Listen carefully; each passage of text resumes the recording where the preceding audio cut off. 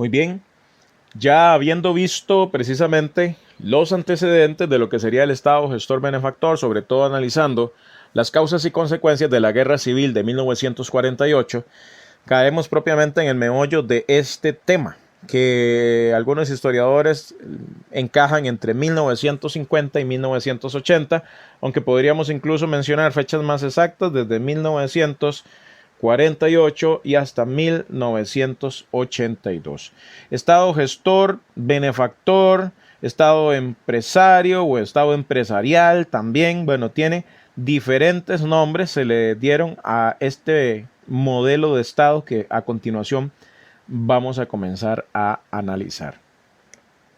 Creo que es importante, antes de continuar, ver en este caso una fotografía de fondo de lo que sería el gran área metropolitana, mal llamado Valle Central o Meseta Central, que, bueno, es lo que tenemos hoy en día y precisamente se debe, las características del gran área metropolitana se la debemos en gran parte a esta época, al modelo del Estado gestor, porque precisamente provocó una migración del campo a la ciudad y una mayor concentración de población en el gran área metropolitana. Esto para bien y para mal, porque más adelante vamos a ver cómo ese crecimiento fue un crecimiento sin planificación y por eso es que tenemos pues ciertos problemas que encontramos en esta zona. Más adelante vamos a enfocarnos en eso. Para iniciar, pues vamos a ver cuáles fueron las principales reformas que se pusieron en práctica en esta época del Estado gestor benefactor. Una de ellas fue la diversificación agrícola. Otra de ellas fue el modelo de sustitución de importaciones, lo cual significaba que ya no íbamos a importar todos los productos o una gran mayoría de productos, sino que se buscaba hacerlos, fabricarlos dentro de nuestro país. Se da, como ya lo había mencionado, la nacionalización bancaria, la creación de las instituciones autónomas, el desarrollo de la industria nacional.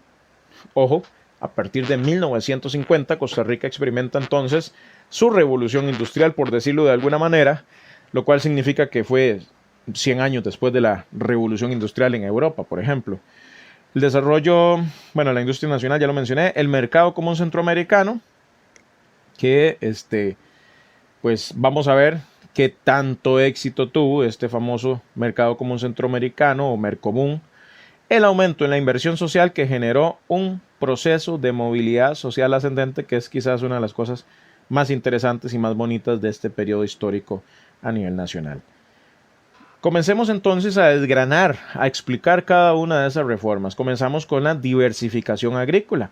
Y es que esto surge como una respuesta al agotamiento, de alguna manera, que venía presentando el modelo agroexportador. Las exportaciones de café y banano, que eran básicamente los productos estrella de la economía nacional costarricense, se veían sumamente afectados al darse una crisis económica o una guerra mundial. Entonces, lo que estaban diciendo los señores especialistas de la economía, en este caso la Comisión Económica para América Latina, la famosa CEPAL, es la que le hace la sugerencia a Costa Rica de que busque otras alternativas, de que diversifique. Como dirían tal vez los señores, para que lo entiendan, no tener todos los huevos en un mismo nido, ¿verdad?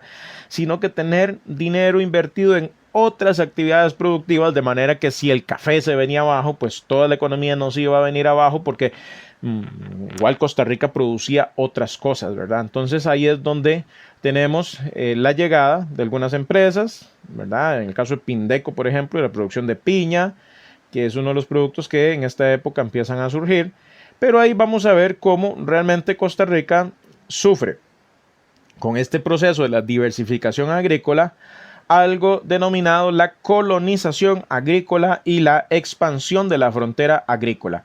Si bien es cierto, muchos de los antepasados en nuestro país se concentraron en el Valle Central, lo que buscó esto es que ya la gente no se quedara solo en el Valle Central, que los hijos de esos señores fueran a buscar tierras. Hay una política de colonización agrícola donde se le daba tierras a la gente para que se fueran, qué sé yo, salieran del Valle Central, fueran a Pérez y Ledón, fueran a San Carlos, fueran para la zona norte, para Guanacaste, y que entonces, dependiendo de las condiciones climatológicas, de los suelos y todo lo demás, pues vieran qué era lo que realmente se podía producir ahí. Si era piña, por ejemplo, en Buenos Aires, si era, por ejemplo, coco o palmito en la región del Caribe, si era, por ejemplo, melón en la zona de Guanacaste, y así sucesivamente, ir adaptando entonces diferentes actividades agrícolas a lo largo de nuestro país. Esto provoca, repito, que se colonicen diversas zonas, incluyendo, por supuesto, y no podemos dejar de lado, los procesos de colonización en la zona sur, que precisamente fueron, ¿verdad?, fomentados por el gobierno. En el caso, y voy a mencionar un caso muy puntual, Cotobruz, que fue obviamente colonizado no solo por italianos, obviamente ya habían costarricenses cuando llegaron los italianos, pero se firma un acuerdo importante con un proceso de colonización agrícola. En este caso se traían los italianos y se le llamaba la colonia, un proceso de colonización agrícola o la colonia italiana, ¿verdad? Era por esas características y esa política del gobierno en aquel momento.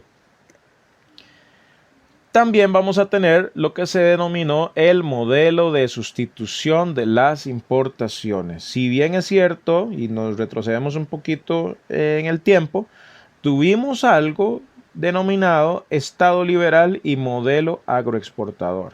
Ahora, en esta época, ya no va a ser Estado liberal, va a ser Estado gestor, y el modelo económico ya no va a ser modelo agroexportador, va a ser modelo de sustitución de las importaciones.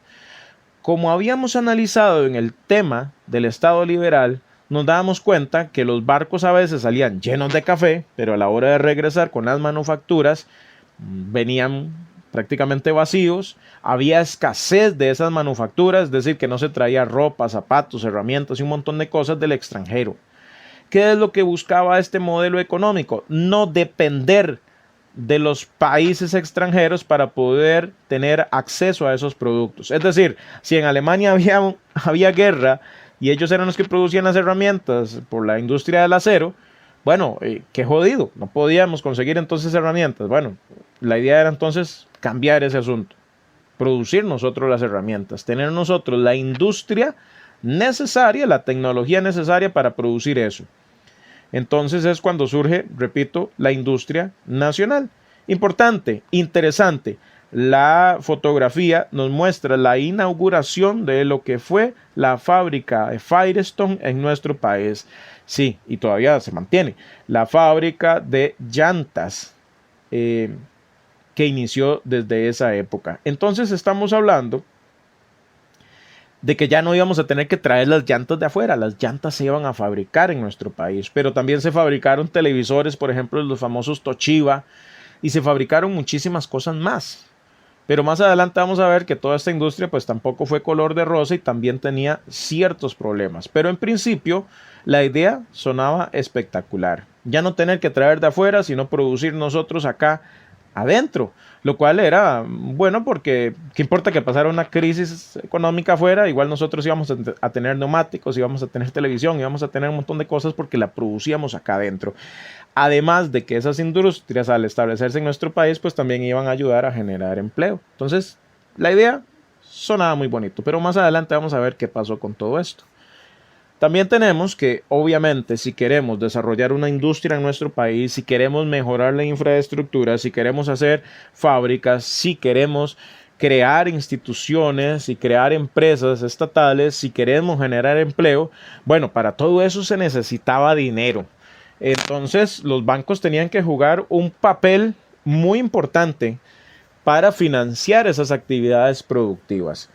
Y es precisamente con la nacionalización bancaria que se da este proceso. Recordar que antes de esta ley de la nacionalización bancaria había gran cantidad de bancos en nuestro país, pero eran bancos de dueños, por ejemplo, alemanes, ingleses o de Estados Unidos. que obviamente ellos daban los intereses o manejaban los intereses a su antojo, a veces con intereses muy altos, y además pues las ganancias de ese banco se iban a ir de nuestro país, lo que se denomina o se conoce como fuga de capital. Entonces, ¿qué buscó la nacionalización bancaria? Número uno, que la ganancia de las actividades bancarias se quedara en nuestro país, que no se diera esa fuga de capital, que la plata, que las ganancias no se fueran para otro país. Segundo, un mayor control de la banca, en este caso, solo en manos del Estado, es decir, no habían bancos privados, no había competencia. El gobierno va a manejar toda la política bancaria durante esta época y entonces la idea era mantener intereses bajos para hacer el crédito accesible a los pequeños, a los medianos productores, para impulsar las actividades económicas como por ejemplo los procesos de diversificación agrícola, es decir, que las personas pudieran obtener un crédito para sembrar melón, para sembrar palmito, para sembrar piña o para sembrar lo que fuera en las diferentes regiones fuera del área metropolitana en nuestro país. Pero además de eso ayudó a financiar la industria, tanto la industria nacional como la industria de capital foráneo, porque es que aquí hay que mencionar algo que es importante. Si bien es cierto, Costa Rica se propuso tener industrias, tener fábricas, desarrollar una revolución industrial, por decirlo así, lo cierto del caso es que Costa Rica no tenía, o el gobierno de Costa Rica no tenía el capital o el dinero suficiente para poder hacerlo. Por tanto, también manejó una política que fuera atractiva a la inversión extranjera, es decir, que vinieran empresas transnacionales, empresas de otros países a invertir en nuestro país, como en el caso de justamente de la Firestone, ¿verdad? Que no era una empresa del Estado, era una empresa transnacional, era una empresa de otro país, pero venía aquí a Costa Rica a producir y por consiguiente a generar empleo. ¿Qué condiciones le daba el gobierno? Bueno, probablemente exoneración de impuestos, o sea, que tuvieran que pagar menos impuestos, le daba ciertas ventajas tributarias para hacer atractivo que ellos vinieran a nuestro país a invertir. Entonces, la nacionalización bancaria fue el eje fundamental que financió el proceso del desarrollo de la industria y la diversificación agrícola en nuestro país en aquella época. Entonces, hecho fundamental, se funda o se crea el Banco Central de nuestro país, que es la imagen que tenemos ahí, justamente es la imagen del Banco Central en nuestro país, que es el banco que guarda, por decirlo así, la plata de Costa Rica, de los bancos, es el banco de los bancos. Es, por ejemplo, el Banco Nacional, el Banco de Costa Rica o el Banco Popular, si quieren guardar plata, la guardan en el Banco Central. El Banco Central es el que, además de eso, emite la moneda, es el que fabrica el dinero en nuestro país. Pero bueno, ya eso es como para otro tema. En aquel momento entonces teníamos el Banco Central y teníamos 5 entidades bancarias, vamos a ver 4 o 5, vamos a contarlas, que sería el Banco Nacional, que todavía existe, el Banco de Costa Rica, que todavía existe, pero como ya saben, lo quieren vender, el Banco Popular, que también, bueno, ha recibido fuertes críticas y hay cosillas ahí que no andan muy bien, y teníamos 2 bancos que ya también eran estatales, existían en aquella época, pero que ya han desaparecido. Uno, el Banco Anglo-Costarricense, que se dio todo un caso, un juicio con don Carlos Hernán Robles, que se robó una plata y bueno, al final el banco quebró y desapareció. Y el más reciente fue el famoso Banco Crédito Agrícola de Cartago. Entonces sí, teníamos 5 bancos públicos más el Banco Central, que eran los que manejaban prácticamente toda la economía nacional de nuestro país. Se crean las instituciones autónomas, ahí tenemos el edificio del Instituto Costarricense de Electricidad, que fue importantísimo, la generación de energía también para las industrias de aquella época, pero bueno, se crean también otras instituciones como el Instituto Nacional de Seguros, por ejemplo, se crean otras instituciones educativas, incluyendo nuevas universidades como la Universidad Nacional, el Instituto Tecnológico, la UNED, el Instituto Nacional de Aprendizaje. Entonces vamos a ver cómo esas instituciones autónomas van a ser el resultado, o lo que más bien buscaban era que el Estado ampliara su rango de acción para suplir las necesidades de servicios de los costarricenses. Es decir, el Estado estaba ofreciendo mediante las instituciones autónomas servicios de salud, educación, vivienda, empleo, etcétera. Porque obviamente al existir estas instituciones, pues también se contrataban a las personas y eso generaba empleo. Por eso es que también, recordamos, se habla de Estado gestor benefactor, Estado empleador o Estado empresarial. Con la industria nacional, y ahí vemos en este caso el edificio de Fertica, que anteriormente era estatal. Dice, si bien es cierto, lo ideal era tener una industria nacional, no teníamos la capacidad de crearla, por lo que se dieron incentivos para la llegada del capital extranjero a invertir en nuestro país. La mayoría de la industria fue de ensamblaje, y aquí es donde justamente quiero llegar. Hace un rato les dije, qué bonito, ya no teníamos que traer de afuera los neumáticos, ya no teníamos que traer de afuera los televisores porque los fabricábamos acá en Costa Rica, entre otro montón de cosas, pero era industria de ensamblaje, por ejemplo, la industria textil también.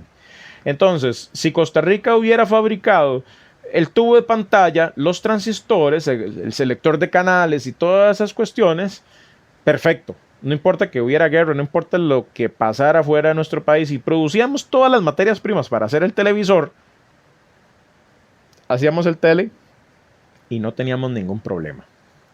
Igual, si queríamos hacer ropa, bueno, ya si hubiéramos producido la tela, y luego hacíamos los pantalones y las camisas, no había ningún problema, no dependíamos de afuera. Lo mismo pasaba con los neumáticos. Bueno, si hubiéramos producido el caucho para fabricar esos neumáticos. Pero aquí viene el problema. El problema es que la mayoría de las industrias eran industrias de ensamblaje que tenían que seguir importando o trayendo las materias primas. Para hacer los neumáticos, bueno, teníamos que traer de Brasil o de otros lados el caucho para fabricar esas llantas. Si queríamos hacer el televisor, teníamos que traer prácticamente todas las piezas de afuera para poderlo armar aquí nada más. Lo mismo ocurría, ¿verdad?, con otro montón de cosas. Entonces seguía siendo una industria sumamente dependiente, porque si había una guerra, porque si había una crisis, bueno, ya no podíamos comprar las llantas de afuera porque había una crisis, ya no podíamos comprar el televisor de afuera. Pero si queríamos fabricarlo aquí, pues tampoco podíamos conseguir las materias primas o se ponían más caras y entonces era más complicado el asunto. Entonces la industria nacional tenía, si lo vemos de una manera, un gran talón de Aquiles que era que realmente no era una industria independiente, sino que seguía siendo altamente dependiente. Es decir, que al final quisimos ser como autosuficientes, cosa que nos pasaba anteriormente el problema con el modelo agroexportador, con el café y el banano, que siempre nos veíamos afectados. Quisimos, por medio de este modelo de sustitución de importaciones, ser independientes, no depender de otros, pero lamentablemente siempre seguíamos dependiendo de otros países y seguíamos dependiendo de las importaciones, ya no de manufacturas, pero sí de materias primas para poder armar aquí o ensamblar ciertas cosas.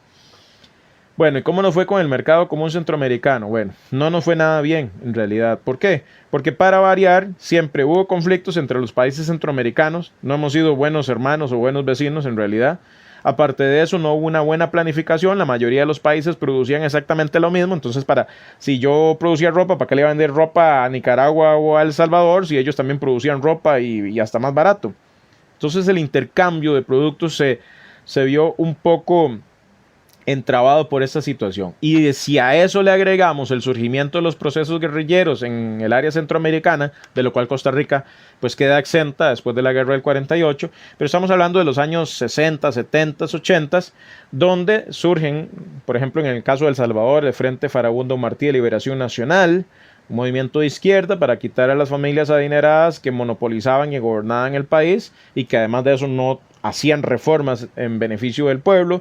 Lo mismo podríamos hablar del Frente Sandinista de Liberación Nacional en Nicaragua, en contra de la dinastía de los Somoza, liderada primeramente por Augusto César Sandino y posteriormente por Daniel Ortega Saavedra. Bueno, esos procesos guerrilleros traían mucha inestabilidad, mucha inseguridad. Entonces imagínense que salía un camioncito lleno de mercancías de Costa Rica hacia Nicaragua y resulta que no lo dejaban ni llegar porque lo asaltaban los guerrilleros, porque mataban a la gente, les robaban las mercancías. Entonces realmente ese intercambio y ese comercio no resultó del todo bien.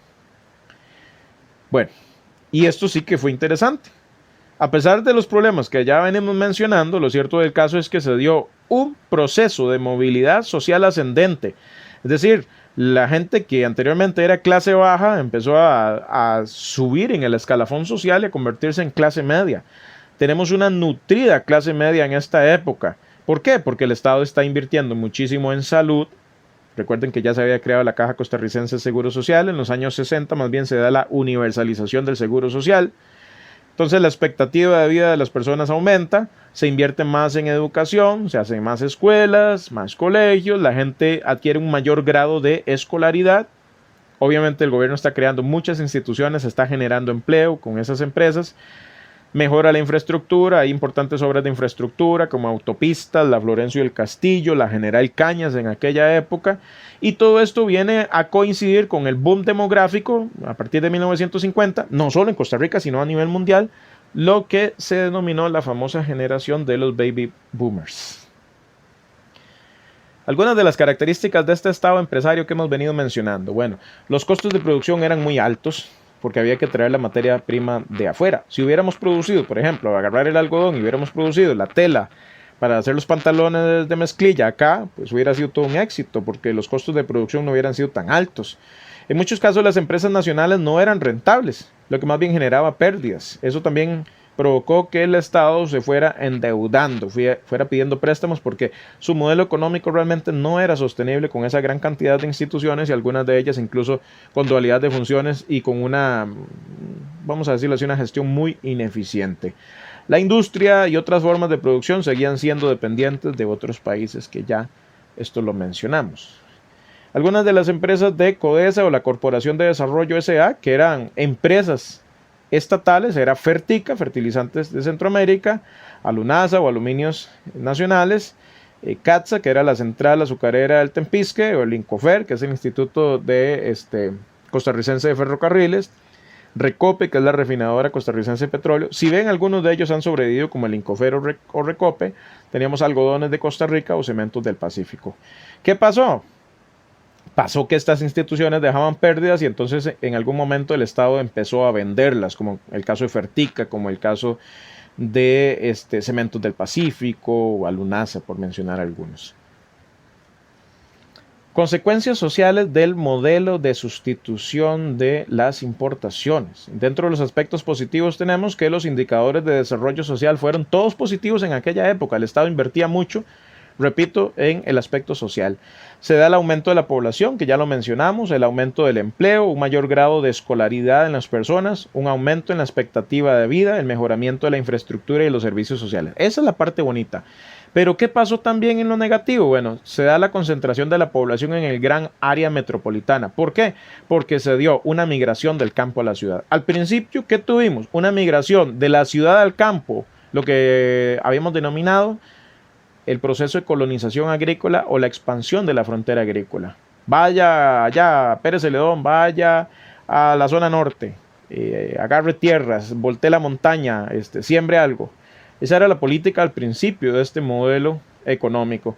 Pero luego, cuando empieza a surgir la industria, muchas personas emigran del campo a la ciudad con la intención de conseguir mejores empleos en el gran área metropolitana, sobre todo en las fábricas. Pero el gran problema es que muchas de esas personas que emigraban del campo, que tenían un grado de escolaridad bastante bajo, no iban a poder tener acceso a esos empleos, que eran empleos para personas que tenían que estar capacitadas para llevar a cabo esos trabajos. Entonces muchas personas llegan al gran área metropolitana después de haber vendido sus fincas, después de haber vendido sus tierras. ¿Y qué ocurre? Bueno, resulta que no encuentran trabajo en las fábricas y tienen que improvisar, tienen que empezar a dedicarse a la economía informal, a vender empanadas en la calle, por poner un ejemplo, o no sé, a hacer muchísimas cosas más. Y pues ya resulta que tampoco tenían acceso a la vivienda y ese tipo de comodidades. Entonces empezaron a surgir los famosos anillos de miseria, los anillos urbanos marginales, los famosos barrios del sur, por ejemplo, en el gran área metropolitana, que es obviamente un crecimiento sin planificación. Estamos hablando de los famosos tugurios, de un poco de gente que se mete de precarista en alguna finca, en algún lugar, ahí a la orilla del río, y mediante ranchitos llenos ahí de latas de zinc, empieza a poblar una zona. Y por consiguiente, ese crecimiento urbano sin planificación y esas personas que además de eso no tienen un empleo digno, pues surgen una serie de problemas sociales también, como sería la delincuencia, la prostitución, la drogadicción, que es la parte fea precisamente y que muchas veces vemos cuando vamos a San José, ¿verdad? Que no es así como, qué bruto, la ciudad más bonita, ¿verdad? de Centroamérica. Y ya para ir finalizando, si bien es cierto, tuvimos un proceso de bonanza, si bien es cierto, tuvimos que la flechita de la economía iba en aumento, iba hacia arriba, pues en algún momento tenía que bajar. Entonces, tenemos una crisis del Estado gestor benefactor, lo que va a marcar el final de este modelo de Estado y por supuesto el surgimiento de otro modelo de Estado que más adelante vamos a empezar a estudiar. Esa crisis del Estado gestor benefactor inicia con la crisis de los hidrocarburos. Esto surge cuando los pozos petroleros en Texas se empiezan a secar, se empiezan a agotar, empieza a escasear el petróleo, hay una crisis y la OPEP o la Organización de Países Exportadores de Petróleo decide aumentar estrepitosamente el precio del petróleo, lo cual provoca una crisis, no solo en Costa Rica, ¿verdad? Una crisis a nivel mundial que incluso los países más desarrollados pues también se vieron afectados. Además eran los más consumidores de petróleo. Entonces, esa crisis precisamente provoca también el cobro de la deuda externa.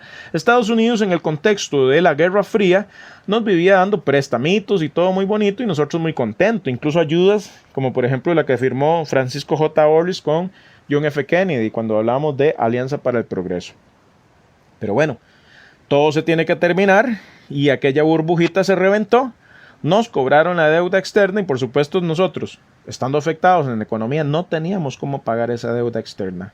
Esto ocurrió durante el gobierno del presidente Rodrigo Alberto Carazo Odio, que gobernó de 1978 a 1982. En esa época, y esto por eso lo preguntaba en las tareas y algunos de sus familiares recordaba, porque algunos recuerdan, que fue la época de mayor crisis económica que muchos recuerden en nuestro país. Escaseaban los productos alimenticios, la gente tenía que ir a los estancos, le daban una bolsa de arroz por familia, o sea, racionalizaban la comida para evitar la especulación. Y por supuesto que también los productos de exportación, el precio de los productos, como por ejemplo el café, se vinieron al suelo, el dólar se disparó, o sea, todos los indicadores económicos fueron negativos. Y tras de cuernos palos, Carazo se enojó con el Fondo Monetario Internacional y los mandó para el carajo, ¿verdad? Entonces nos aplicaron unas sanciones económicas. También, obviamente, con esta crisis económica se da un aumento de la pobreza y la migración del campo a la ciudad. Se da el abaratamiento de los productos de exportación, como ya lo mencionaba. En el caso, bueno, me cuentan a mí, recuerdo cuando me mencionaba, que antes los señores tenían una finca café y todos los años se compraban un carro del año, ¿verdad? Y no estoy hablando de un señor que tuviera gran cantidad de café. Es que el café dejaba mucha plata, pero después de esta época, después de los años 80, eso no volvió a pasar. Los precios realmente se vinieron abajo. Hubo falta de crédito a los pequeños productores, por supuesto, siempre los pequeños productores son los que se van a ver primeramente afectados. La necesidad de vender empresas estatales que dejaban pérdidas, como las que vimos ahí, ¿verdad? Anteriormente, que pertenecían a Codesa.